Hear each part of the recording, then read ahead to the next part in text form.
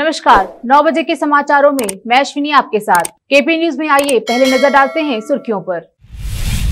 त्योहार की छुट्टी के बाद बैंक आज खुले। दशहरे की खुशी में शामिल हुए पार्षद नवाज खान। महाप्रसाद की व्यवस्था, रावण का हुआ दहन।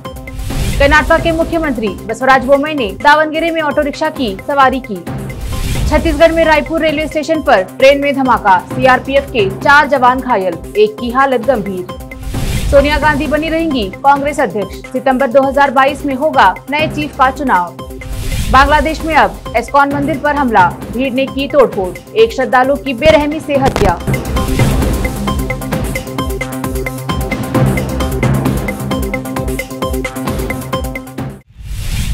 अब समाचार विस्तार से। शुरू करते हैं स्थानीय समाचार। इस त्योहार के दौर के कारण छुट्टियां रहने से कामकाज में सुस्ती देखने में आई है। ऐसे में बैंक को छुट्टी रहने से कारोबार प्रभावित हुआ। इसके साथ साथ शहर में कई एटीएम में कैश नहीं रहने से भी लोगों को कठिनाई झेलनी पड़ी। ऐसे में आज जब बैंक खुलते ही कामकाज में कुछ गति नजर आई। इसके अलावा लोग एटीएम पर कैश ट्रांजैक्शन करते नजर आए। बता दें कि कल रविवार की छुट्टी और उसके बाद मंगलवार और बुधवार को फिर से छुट्टी रहेगी, जबकि सोमवार को बैंक कार्य में रहेगा। बीदर शहर में दशहरा धूमधाम से मनाया गया। इस उपलक्ष्य में लाड़गेरी विशाल फ्रेंड्स ग्रुप द्वारा भव्य कार्यक्रम का आयोजन किया गया। इस मौके पर वार्ड नंबर 32 के पार्षद नवाज खान ने महाप्रसाद वितरण करने की व्यवस्था की। इस अवसर पर मोहम्मद नवाज खान का ग्रुप द्वारा सम्मान किया गया। खान ने भी दशहरे की खुशी में शामिल होकर कार्यक्रम में और रंग और जोश भरा। बीदर शहर के साई स्कूल ग्राउंड में रामलीला मंडली द्वारा सार्वजनिक रूप से रावण का दहन किया गया। इसका कवरेज हमारे चैनल के कैमरामैन कृष्णा ने किया। और इस नवरात्रि का सबको शुभकामनाएं। इस माता के आशीर्वाद से सालवाड़ी वार्ड नंबर 32 हमारे धनराज भाई और हमारे पंडप्पा साहब सबका प्यार मोहब्बत और आशीर्वाद अच्छा चल रहा है और की तरफ से बेहतरीन इंतजाम है। और सबको मैं इस दशहरा का नवरात्रि के उत्सव होते जा रहे हैं। हम हमारे लालवाड़ी में फ्रेंड्स एसोसिएशन की तरफ से 29 ईयर से हम करते आ रहे हैं। बहुत हम सक्सेसफुल माता जी के तरफ से बहुत भक्ति और श्रद्धांजलि से काम करते आ रहे हैं। और हमें गवर्नमेंट के पुलिस वाले हो या नेताजी हो या लीडर हो या काउंसलर हो, कोई भी हमारे को साथ देते आए वो माता जी का आशीर्वाद है। इस बार भी प्रमुख Kumbharwada CMC councillor MD Nawaz Khan और मेरा छोटा भाई धनराज हंगरी, ये धनराज हंगरी तो ये हमारा काउंसलर ही नहीं है, हमारे फैमिली मेम्बर के जैसा है। हमारे साथ फर्स्ट बार हमारा नवाज खान जीत के आए हैं और हमारे को बहुत सपोर्ट कर रहे हैं। आज चिटगुप्पा तालुका शहर में मिलादुन्नबी के मौके पर टीपू सुल्तान वेलफेयर एसोसिएशन द्वारा रक्तदान शिविर रखा गया। इस अवसर पर मौलाना तसदुक हुसैन नदवी मौजूद रहे। इसके साथ साथ कई युवाओं ने रक्तदान शिविर में भाग लिया। अब समाचार राज्य के। कर्नाटक के मुख्यमंत्री बसवराज बोम्मई ने शनिवार को दावणगेरे जिले के न्यामाथी तालुका के सुरहोने गांव में एक ऑटो रिक्शा की सवारी की। इस मौके पर ग्रामीण विकास एवं पंचायत मंत्री के.एस. ईश्वरप्पा भी मौजूद थे। कार्यक्रम में लाभार्थियों को ऑटो रिक्शा, 3 पहिया वाहन वितरित किए गए। कोविड-19 के प्रकोप के कारण बंद होने के लगभग 19 महीने बाद कक्षा 1 से 5 तक अक्टूबर के अंतिम सप्ताह या नवंबर के पहले सप्ताह में ऑफलाइन क्लासेस खोलने की तैयारी है। कक्षाएं वर्तमान में ऑनलाइन आयोजित की जा रही हैं। प्राथमिक और माध्यमिक शिक्षा मंत्री बीसी नागेश ने कहा कि कर्नाटक सरकार निम्न प्राथमिक कक्षाओं को फिर से खोलने के लिए तैयार है और कोविड-19 तकनीकी सलाहकार समिति की सिफारिश के आधार पर तारीख तय की जाएगी। भाजपा के प्रदेश उपाध्यक्ष बीवाई विजेंद्र ने दावा किया कि कांग्रेस में आंतरिक कलह एक निर्णायक चरण में पहुंच गई है और पार्टी जल्द ही 3 में विभाजित हो जाएगी। वह पत्रकारों से बात करते हुए कहा कि कांग्रेस देश में अपना अस्तित्व खो रहा है और पार्टी केवल कुछ राज्यों में सत्ता में है। उन्होंने कहा फिर भी वह कर्नाटक में सत्ता में आने का सपना देख रही है। आगामी उपचुनाव में भाजपा उम्मीदवार विजयी होंगे। विजेंद्र ने सिद्धरामैया और बीएस येडियुरप्पा के बीच मुलाकात के दावों को खारिज कर दिया। उन्होंने कहा कि कुमारस्वामी के बयान में कोई दम नहीं है और यह केवल एक राजनीतिक चाल है। कर्नाटक के मुख्यमंत्री बसवराज बोम्मई ने कहा कि राज्य के सीमावर्ती क्षेत्रों में कोविड से संबंधित प्रतिबंधों में ढील देने और प्राथमिक स्कूलों को फिर से खोलने के बारे में निर्णय विशेषज्ञ समिति के साथ बैठक के बाद लिया जाएगा। उन्होंने कहा कि विशेषज्ञ केरल और महाराष्ट्र की सीमा से लगे कर्नाटक के जिलों में स्थिति का आकलन कर रहे हैं। स्थिति पर चर्चा करने के लिए दशहरा के तुरंत बाद कोविड विशेषज्ञ समिति के साथ बैठक की जाएगी और सीमावर्ती जिलों में प्रतिबंधों में ढील देने पर निर्णय लिया जाएगा। आज कलबुर्गी में पत्रिका भवन में डॉक्टर मोहम्मद असगर चुलबुल, कार्यकारी अध्यक्ष मरकजी सीरत समिति जिला गुलबर्गा, अखिल भारतीय लिंगायत धर्म के राष्ट्रीय अध्यक्ष जगत गुरु चंपावनंद स्वामी जी और उलमा इकराम ने मीडिया को संबोधित करते हुए राज्य सरकार से 19 को मिलादुन नबी जुलूस की अनुमति देने की मांग की है। वजीर आला कर्नाटक श्रीमान बोम्मई जी से हमने मुतालबा किया है कि जल्द से जल्द ये जो गाइडलाइन है इसको विड्रा किया जाए, वापस लिया जाए और अगर बहुत ज़्यादा उन्हें परेशानी हो रही है परमिशन देने में तो हम सभी कंडीशनों को मानने के लिए तैयार हैं।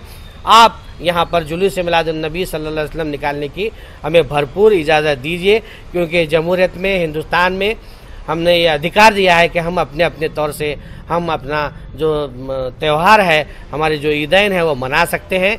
तो यहाँ पर ख़ासकर जो हमारी जो कम्युनिटी को बहुत ज़्यादा यहाँ पर सख्ती के साथ यहाँ पर उसमें नाराज़गी पाई जा रही है, क्योंकि आप देख रहे हैं कॉलेजेस शुरू हो चुके हैं, स्कूल शुरू हैं, सुपरमार्केट हैं और मॉल चालू हैं और कई एक जो सियासी जो फंक्शंस हैं, कॉर्पोरेशन है, बाई इलेक्शन है, यहाँ पर बड़े बड़े जो प्रोग्राम्स होने हैं जिसमें हज़ारों की तादाद में लोग शरीक हो रहे हैं, उसमें यहाँ पर इजाज़त दी जा रही है। लेकिन ख़ासकर यहाँ पर जुलूस मिलादुन नबी सल्लल्लाहु अलैहि वसल्लम को जो उस पर पाबंदी लगाई है, ये हमें अच्छी तरीके से समझ में आ रहा है, क्योंकि ये जो सरकार का जो इश्क है और बंदे के जो दरमियान जो मोहब्बत है उसको यहाँ पर कम करने की एक साजिश की जा रही है। हम इस साजिश को अच्छी तरीके से समझते हैं।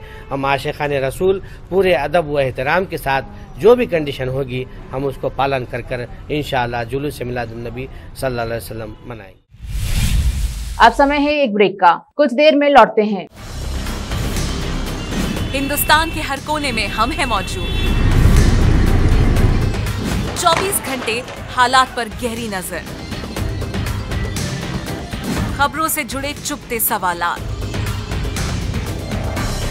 और आपको दिखाता है धार्मिक, सामाजिक, राजनीतिक, लोकल और इंटरनेशनल न्यूज की सबसे बेहतर कवरेज जो आपको रखती है हर पल बाखबर। देश और दुनिया भर की खबर के लिए देखते रहें KP news 24/7। Noor education trust Bidar की ओर से चलाए जाने वाला Noor M Ed college Bidar, recognized by NCTE Delhi and affiliated to Gulbarga University, Gulbarga. Admission are open for the academic year 2021-22. विशेषज्ञ और सक्षम शिक्षकों द्वारा शिक्षा प्राप्त करने के लिए नूर एमएड कॉलेज में दाखिला लें और शांत वातावरण में शिक्षा प्राप्त करें। बीदर शहर में बेहतर शिक्षा का एकमात्र केंद्र Noor M Ed college, Shahpur gate, Bidar. Phone numbers 9945283920, 8482221297।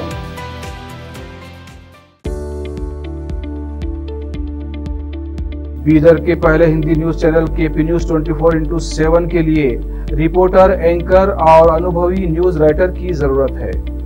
Media में काम करने का अनुभव रखने वाले लोग हमसे संपर्क कर सकते हैं। अनुभव के आधार पर तनख्वाह दी जाएगी। एंकरिंग के लिए फ्रेशर्स भी संपर्क कर सकते हैं। इच्छुक लोग केपी न्यूज 24/7 के कार्यालय शाहपुर गेट बीदर पर फौरी संपर्क करें या इन फोन नंबर्स पर कांटेक्ट करें 9945283920 और 9380190131।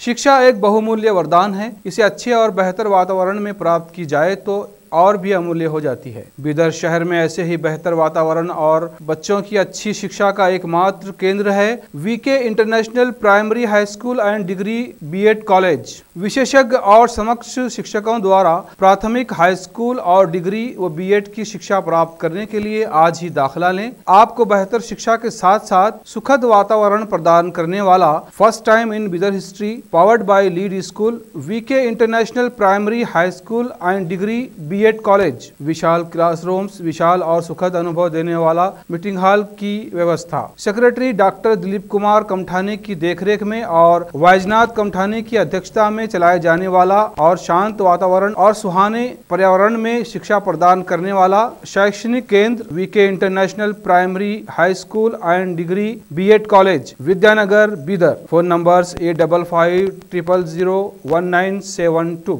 कोई भी व्यक्ति अगर बीमार हो जाए तो उसे अच्छे उपचार और देखरेख की जरूरत होती है और सही देखभाल मिले तो बीमारी से जल्दी ही वो स्वस्थ हो जाता है। इसके लिए अच्छे हॉस्पिटल की जरूरत होती है और उसके परिजनों को अच्छे हॉस्पिटल की खोज होती है। मगर आप बीदर वासियों को अच्छे स्वास्थ्य को पाने के लिए कहीं जाने की जरूरत नहीं। अपने शहर में बेहतर उपचार का एकमात्र केंद्र है आशीर्वाद मल्टी स्पेशलिटी हॉस्पिटल, जहां पर 24/7 इमरजेंसी सर्विस, 24/7 फार्मेसी की सुविधा, थायराइड और शुगर के अर्जेंट रिजल्ट की सुविधा है। और इस हॉस्पिटल के स्पेशलिटीज में general medicine, general surgery, orthopaedics, gynaecology, dental शामिल हैं और इसकी सुपर स्पेशलिटीज में एंडोक्रिनोलॉजी और यूरोलॉजी शामिल है। साथ ही अच्छी तरह से ओटी की सुविधाएं और नर्सों की ओर से बेहतर देखभाल। Managing director doctor Vinod Kumar Patil की देखरेख में चलाए जाने वाला बीदर शहर का बेहतर उपचार केंद्र Ashirwad multi speciality hospital, stadium road beside Amantrana hotel, opposite Sai school, Bidar.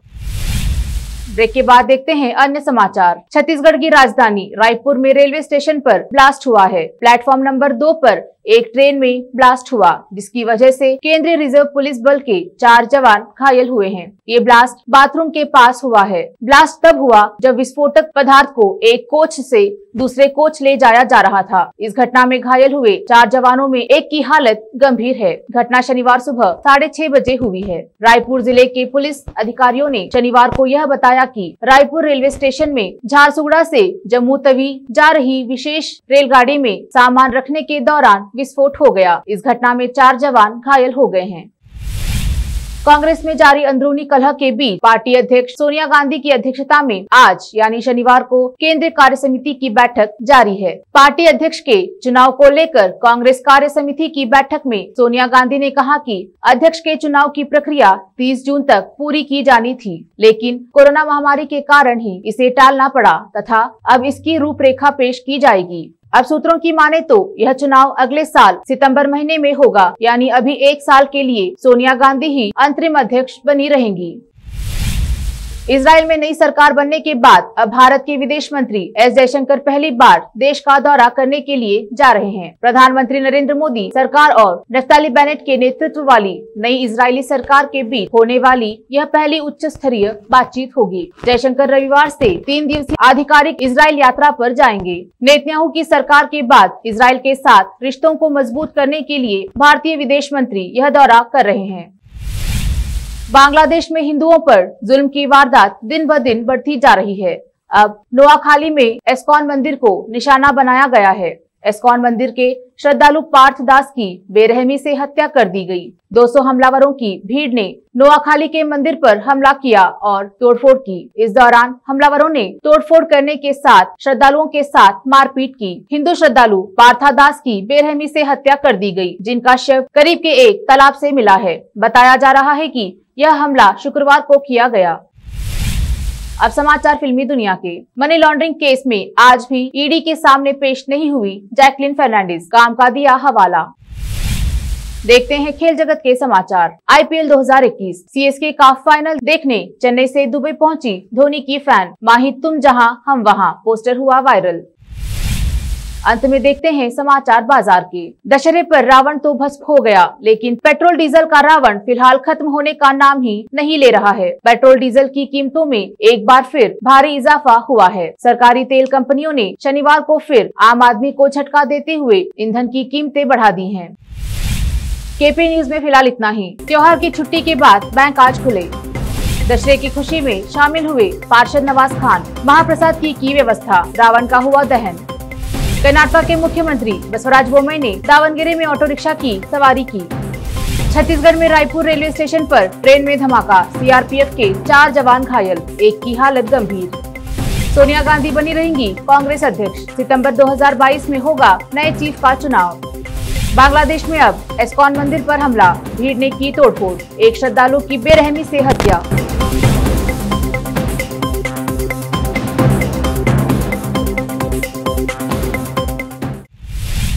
KP news में फिलहाल इतना ही। समाचारों के लिए जुड़े रहिए केपी न्यूज 24/7। सोशल मीडिया पर भी उपलब्ध है केपी न्यूज समाचार। धन्यवाद।